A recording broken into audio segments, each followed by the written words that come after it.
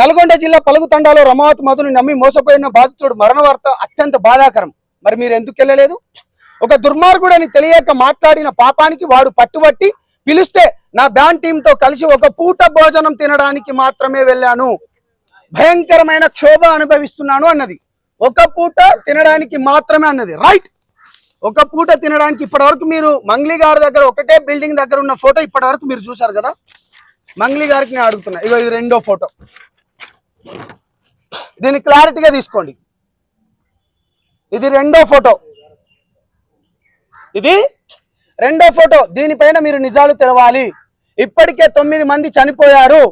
ఇవాళ 2 పాయిజన్ తీసుకున్నారు. లేటెస్ట్ గా 11వది. 2 చావు బతుకుల మధ్యలో ఉన్నారు. బయటికి రండి. మేమేమి కావాలని మీకు చెప్పట్లేదు, మేమేమి కావాలని మీ పైన నిందారోపణలు వేయట్లేదు. మీరు మాట్లాడిన మాటలను బట్టే మేము మాట్లాడుతున్నాము. ఇక్కడ బంజారా బిడ్డలు 90% బంజారా బిడ్డలే. ఇక్కడ అనేక మంది చనిపోతున్నారు. రైట్, మీకు రెండో